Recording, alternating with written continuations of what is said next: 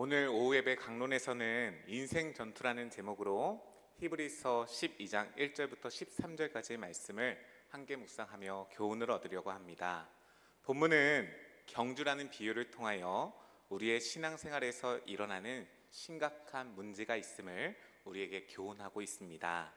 그 문제는 해결되지 않는다면 믿음이 없는 자가 될 수도 있을 만큼 위험하고 또 경계해야 하는 우리에게 있어 심각한 사항인 것이지요. 우리는 본문을 통하여 그 심각한 문제가 무엇인지를 알아보고 그 문제를 해결하기 위해서 우리에게 필요한 것이 어떠한 것들이 있는지를 생각해 보고자 합니다. 이제부터 본문을 들어가기에 앞서서 본문에 나오는 단어 하나를 이 상황에 바꾸어서 이해해 보려고 하는데요.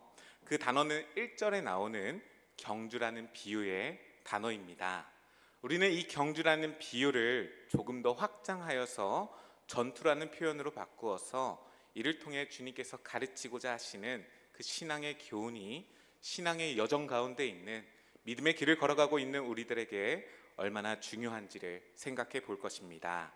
그러기 위해서 우리에게 필요한 것이 있는데요. 그것은 우리의 머릿속 또 우리의 마음속에 있는 상상력입니다.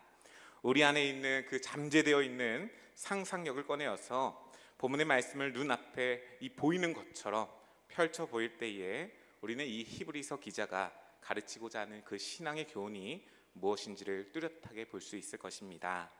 그렇게 이 시간 성령의 도우심으로 말미암아 말씀을 듣는 우리의 마음과 이 상상력이 열려져서 하나님의 말씀을 깊이 깨닫고 그 말씀의 교훈을 따라 삶에서 행할 수 있는 믿음 있는 자들이 되기를 소원합니다. 먼저 본문에서 히브리서 기자는 우리의 신앙생활에 대하여 경주라는 비유로 가르칩니다. 그래서 본문 1절부터 3절까지 해서 이러므로 우리에게 구름같이 둘러싼 허다한 증인들이 있으니 모든 무거운 것과 얼매기 쉬운 죄를 벗어버리고 인내로써 우리 앞에 당한 경주를 하며 믿음의 주요 또 온전하게 하시는 이인 예수를 바라보자. 그는 그 앞에 있는 기쁨을 위하여 십자가를 참으사 부끄러움을 개의치 아니하시더니 하나님 보좌 우편에 앉으셨느니라. 너희가 피곤하여 낙심하지 않기 위하여 죄인들이 이같이 자기에게 거역한 일을 참으신 일을 생각하라 라고 말씀하시지요. 하나님께서는 성도들을 향하여 너희는 너희들 앞에 주어진 경주를 해야 한다고 말씀하십니다. 우리는 여기서 이 경주를 전투라 하기로 했었습니다. 다시 말해 우리는 하나님의 부르심을 받아 이 거대한 전투에 투입된 것입니다. 이 거대한 전투에서 우리는 세상의 시험과 유혹을 이겨내고 제약을 쌓아내며 우리의 지도자가 되시는 이 하나님의 명령 아래 전투를 승리해야만 하는 것이지요. 이를 위해서 우리는 이미 부르신 저마다의 삶의 자리에서 치열하게 싸우고 있을 것입니다. 하지만 이 전투는요, 우리의 생각 이상으로 더 어렵고 치열하고 고됩니다. 그리고 안타깝게도 우리는 이 전투에서 지고 있는 것처럼 보이는 것이지요. 각자 저마다의 자리에서 자신이 할 수 있는 최선을 다하고 있음에도 불구하고 우리는 전투에서 불리한 상황, 또 어쩌면 최악의 상황이라 불릴 수 있는 상황 중에 있을 것입니다. 이와 같은 신앙인의 상황을 시각적으로 잘 살펴보기 위해서, 잘 펼치기 위해서 영화 속 한 장면을 보여드리겠습니다.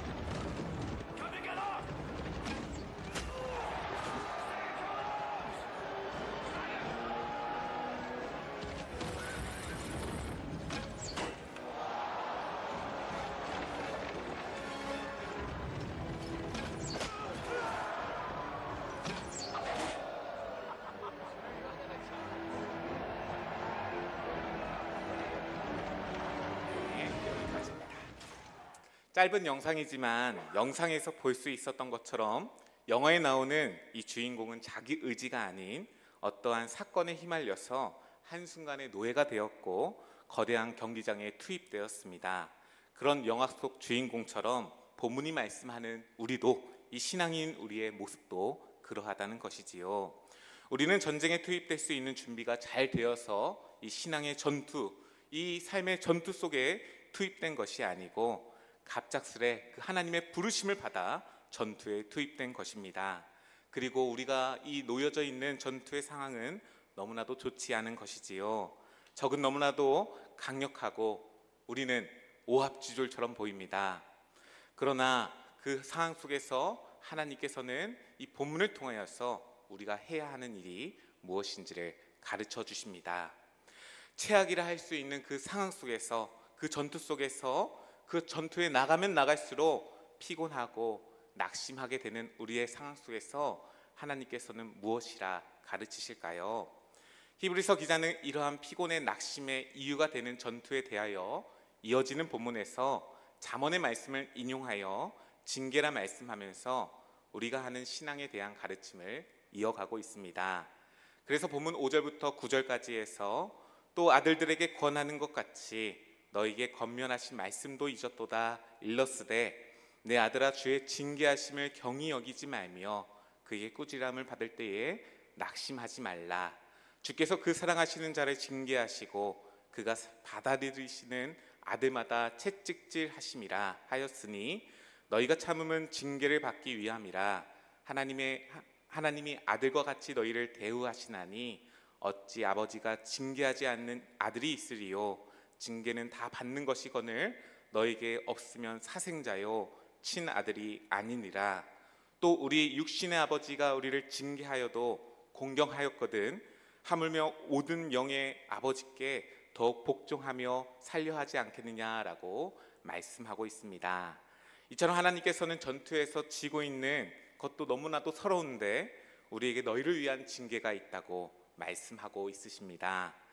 지금도 힘든 상황 가운데 있는데 하나님께서는 징계를 통하여 우리를 더욱더 고된 상황으로, 더 힘든 상황으로 이끌어 가신다는 것이지요. 어찌하여 하나님께서는 가만히만 있어도 힘든 우리의 인생을 더욱더 힘든 곳으로, 이 신앙생활을 통하여서 더욱더 어려운 곳으로 우리를 인도하셔서 우리의 마음이 낙심되도록 만드시는 것일까요? 우리는 그 이유를 이어지는 본문에서 찾을 수 있는데요. 이어지는 본문에서 하나님께서는 당신의 자녀인 믿음 있는 자들을 향하여 너에게 이와 같은 징계가 당연한 것이고 유익이 된다고 가르치고 있으십니다. 그래서 본문 10절부터 13절까지 해서 이와 같이 말씀하시지요. 그 말씀을 합독하여 함께 듣도록 또 함께 읽도록 하겠습니다. 함께 읽겠습니다. 그들은 잠시 자기의 뜻대로 우리를 징계하였거니와 오직 하나님은 우리의 유익을 위하여 그의 거룩하심에 참여하게 하시느니라. 무릇 징계가 당시에는 즐거워 보이지 않고 슬퍼 보이나 후에 그로 말미암아 연단받은 자들은 의와 평강의 열매를 맺느니라. 그러므로 피곤한 손과 연약한 무릎을 일으켜 세우고 너희 발을 위하여 고진 길을 만들어 저는 다리로 하여금 어그러지지 않고 고침을 받게 하라. 아멘. 이처럼 하나님께서는 고되고 피곤케 하며 낙심케 만드는 이 전투와 징계를 통하여 신앙으로 사는 우리로 하여금 당신의 거룩에 참여하게 하시고 이와 같은 연단을 통하여 의와 평강을 우리 삶 가운데 맺게 하시며 걷지 못하는 자가 걸을 수 있도록, 제대로 걸을 수 있도록 회복시켜 주십니다. 이런 이유로 하나님께서는 신앙으로 살아가는 우리의 삶 가운데에 계속하여 고된 전투와 징계로 우리를 밀어넣고 있으신 것이지요. 따라서 믿음이 있는 자라면 좋든 싫든 이 전투와 징계를 피할 수 없는 것입니다. 만약 우리 중에 이 너무나도 힘들고 또 지고 있는 것이, 이 신앙에서 지고 있는 것처럼 보이는 것이 너무나도 싫어서 도망친다 하여도 하나님께서 그 도망치는 당신의 자녀들을 당시 전투로 또 징계의 자리로 데리고 오셔서 이 전투에 임하도록 하시고 징계를 받도록 하시는 분이심을 본문은 교훈하고 있는 것이지요. 그렇다면 자연스레 낙심이 생겨날 수밖에 없는 우리의 신앙생활 가운데 우리는 어떻게 해야 하는 것일까요? 세상에는 까르페 디엠이라는 말이 있습니다. 이 말은 피할 수 없으면 즐겨라 하는 뜻인데요. 이 말처럼 우리도 신앙인으로서 전투와 징계를 피할 수는 없습니다. 하지만 전투와 징계 가운데 있는 이 피곤과 낙심을 기쁨과 즐거움으로 바꿀 수 있는 방법이 있는 것을 우리에게 가르치는 것이지요. 그 방법은요, 지금 당장은 납득이 되지 않고 어떻게 그 방법으로서 피곤과 낙심을 기쁨과 즐거움으로써 바꾸어낼 수 있을지 이해될 수 없지만 우리 주님께서는 이와 같은 방법의 본이 되어주심으로 우리의 신앙생활에서 우리가 앞을 향하여 저 천성을 향하여 정체되지 않고 후퇴하지 않으며 앞을 향하여 전진해 나아가는 방법을 가르쳐주고 있으십니다. 그래서 본문 속에 있는 두 가지를 행한다면 이 전투와 징계 가운데서도 피곤하거나 낙심하지 않게 될 것이라 가르쳐 주시는 것이지요. 또 이같이 낙심하지 않고 주님의 가르침을 온전히 따를 때에 지고 있는 것처럼 보이는 우리의 전투에서 이 반드시 승리할 것이라 가르쳐 주고 있으십니다.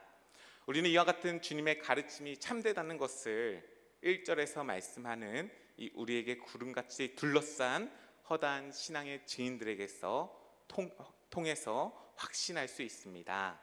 아브라함과 이삭, 야곱 그리고 모세와 같은 신앙의 선배들은 본문이 말씀하는 전투와 징계 속에서 신앙의 여정을 걸을 수밖에 또 걸어야만 했었습니다. 그들은 모두 길을 시작할 때에는 이 징계와 전투 속에서 모두 피곤해하고 그 하나님의 일을 의심하며 낙심하기도 하였습니다. 그러나 계속되는 전투와 징계 가운데서 그들은 변하기 시작합니다. 그리고 그 변화는 상황과 환경이 변하기보다는 그들이 막 어떠한 기적이 일어나서 그러한 상황과 환경이 변하는 것보다는 하나님을 향한 그들의 시선과 마음의 변화가 일어났던 것이지요. 주님의 가르침처럼 그들은 고된 상황 속에서도 두 가지인 이 인내와 주님을 바라보는 시선을 가짐으로 한 걸음 한 걸음 계속하여 이 전진해 나아갈 수 있었던 것입니다. 그래서 그들은 신앙의 전투와 징계를 통하여 장성한 믿음의 분량까지 이룰 수 있었던 것이지요. 믿음으로 살아가기를 바라는 우리 믿음의 권속 여러분, 이와 같은 두 가지의 모습은 오늘을 살아가는 우리에게도 너무나도 필요합니다. 이 두 가지는 믿음으로 살았던 신앙의 선배들의 모습이자 우리가 진정으로 따라야 하는 예수님의 보여주신 모습인 것이지요. 본문 1절에서 하나님께서는 인내하여 그 두 가지의 첫 번째, 우리가 방금 앞서 얘기하였던 그 두 가지의 첫 번째는 인내하는 겁니다. 우리는 신앙의 그 전투와 징계 속에서 인내해야만 합니다.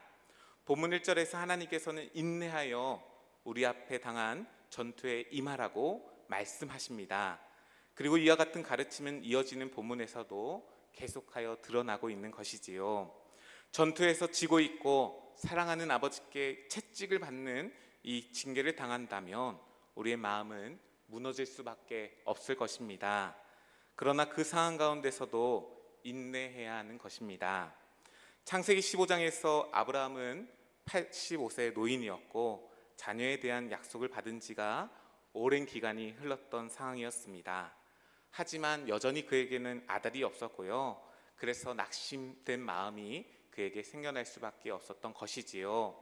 그런 아브라함에게 하나님께서는 하늘의 별을 바라보라 말씀하시면서 자손을 약속해 주셨습니다. 그리고 또 오랜 기간이 흐르는데 이 세월 동안 아브라함은 하나님을 계속하여 믿고 신뢰하며 인내하였습니다. 그런 아브라함의 인내를 통하여서 하나님께서는 약속을 이루실 뿐만 아니라 그의 슬픔과 고통을 이 참된 기쁨과 영적인 즐거움으로 바꾸시며 연약했던 믿음을 담대한 믿음으로 고쳐주시어서 그가 하나님의 영광이 되도록, 하나님의 영광을 나타내도록 만드셨던 것이지요. 그래서 창세기 22장에서 그의 믿음을 시험당할 때에 아브라함은 담대한 믿음으로 하나님께 순종하고 하나님의 기쁨이 되며 하나님의 영광을 이 세상 중에 나타낼 수 있었던 것입니다. 우리가 하는 신앙생활이 마치 압도적으로 지고 있는 전투처럼 느껴지고 절망과 슬픔만이 있는 징계처럼 느껴질 수가 있을 겁니다. 하지만 우리 주님께서는 이와 같은 고된 상황 가운데서 있는 우리를 향하여 나도 겪어보았기에 너의 그 고된 마음을 잘 안다 위로해 주시며, 그러나 그 상황 속에서도 낙심하여 도망가거나 포기하는 자가 되지 말고 인내함으로 꾹 참고 버텨 하나님 아버지의 뜻을 이루는 아버지의 사랑받는 자녀가 되라고 권면해 주십니다. 그렇게 우리는 주님의 그러한 권면을 따라서 인내함으로 하늘 아버지의 뜻을 이루시는 믿음 있는 자들이 되어야만 할 것입니다. 다음으로 우리에게 필요한 두 번째의 모습은 주님을 바라보는 것입니다. 신앙인이 낙심하는 대부분의 이유는 우리에게 닥친 그 상황과 환경을 바라보기 때문이지요. 민수기 13장에서 이스라엘은 가나안을 정복하기에 앞서서 그 땅을 정탐하고 돌아옵니다. 그리고 정탐꾼들은 백성들 앞에서 보고하게 되는데요, 보고가 두 가지의 의견으로 이렇게 나뉘어집니다. 한 그룹에서는 가나안 땅은 절대 전진해서는 나아가서는 안 된다고 보고하고요, 그 땅에는 강한 군인들과 무기들과 성들이 있기에 그들 앞에서 우리는 메뚜기와 같다고 고백하는 것이지요. 이처럼 10명의 정탐꾼들은 자신들 앞에 있는 그 상황과 환경을 보았기에 전투에 나아가기도 전에 낙심할 수밖에 없었습니다. 그러나 여호수아와 갈렙은 반대로 그 백성들 앞에서 보고하는 것이지요. 그들은 비록 그들의 군사력이 강해 보이나 하나님께서 우리와 함께 계시기에 두려워할 필요가 전혀 없다고 고백하면서 그들은 우리의 박과 같은 존재들이라고 고백합니다. 그래서 당장 쳐들어가야 한다고 주장하는 것이지요. 12명의 정탐꾼들은 동일한 땅을 보았고 또 동일한 상황과 환경 속에 놓여져 있었습니다.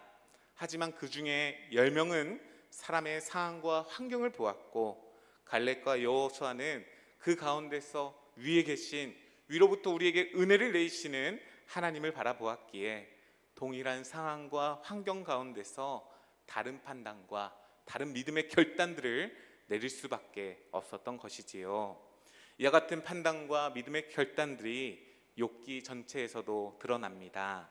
욥의 가정에서 일어나는 갑작스런 이 불행 앞에서 이 욥은 훈련으로 여겼고, 이 믿음의 연단을 받는 훈련으로 여겼고, 그래서 고난이 있고 낙심이 드는 상황 가운데서 주님을 바라보는 그 훈련과 믿음의 고백을 이렇게 함께 할 수가 있었습니다.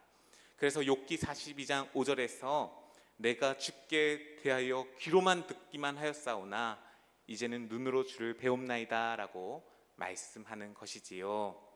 욥의 이러한 믿음의 고백처럼 우리도 고되고 피곤하며 이 낙심되는 이 상황 속에서, 신앙생활 속에서 우리의 영원한 소망이 되시고 기업이 되시며 의가 되시는 예수 그리스도를 바라보아야만 할 것입니다. 그럴 때 우리는 더 이상 낙심하지 않고 주님께서 우리에게 이루시는 그 약속하심을 기대하며 주님께서 이루시는 참된 승리를 기대하고 기다리게 될 것입니다.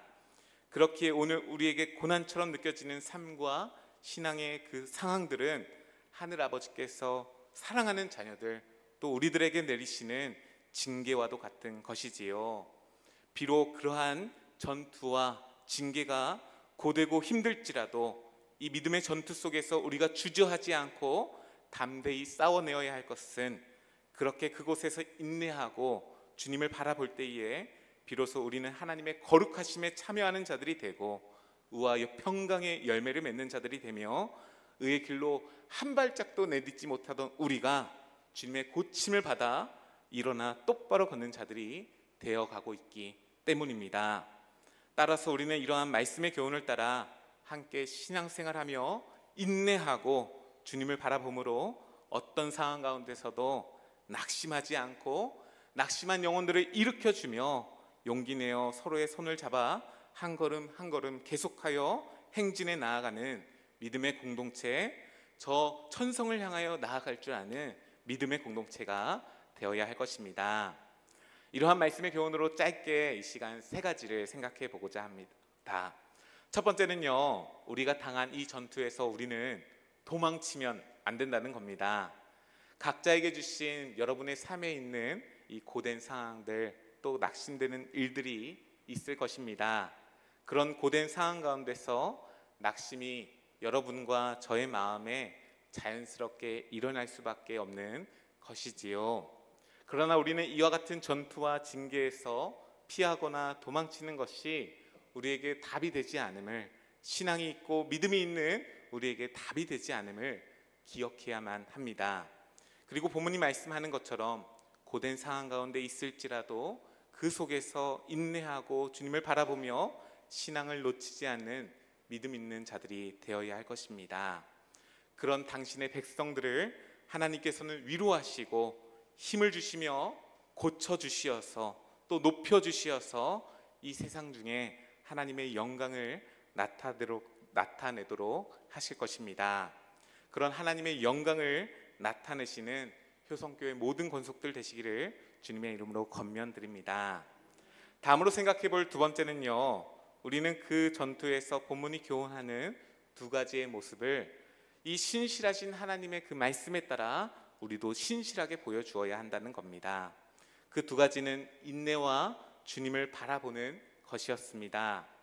믿음의 권속 여러분, 본문이 가르치는 인내와 주님을 향한 시선을 가져야 한다는 것은 우리가 기분이 좋을 때에, 우리의 상황과 환경이 좋을 때가 아니라 피곤과 낙심, 그리고 어려움과 절망 중, 그리고 또 그 힘든 중에 있을 때에 끝까지 인내하고 끝까지 주님을 바라보아야 한다는 것입니다. 오늘 교회 한 권사님께서 부임하는 저에게 인사하시면서 이런 이야기를 해주셨습니다. 우리 교회 위해서 열심히 일해달라 하시면서 이 입은 이렇게 멈추고 입술은 멈추고 열심히 끝까지 일해주시기를 이렇게 부탁하셨습니다.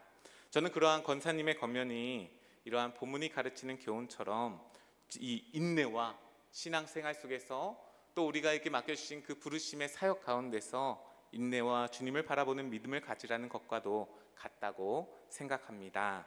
그리고 그 권면은요, 이 전투에 첫 발을 내디딘 저에게만 필요한 것이 아니고 이 전투에 함께 임하는 신앙의 동지들에게도 함께 필요한 것이지요.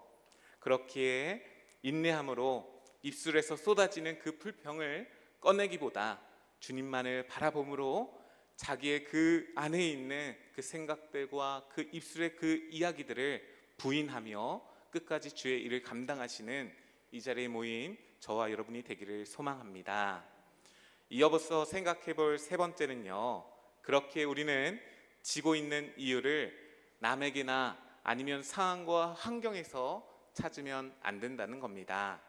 구약에서 이스라엘 백성들은, 그 하나님의 백성들은 무슨 일이 생기면 이 지도자를 모세를 탓하고 하나님을 탓하며 그 모든 것을 탓하였습니다. 그런 모습이 우리에게도 있을 수 있는 것이지요.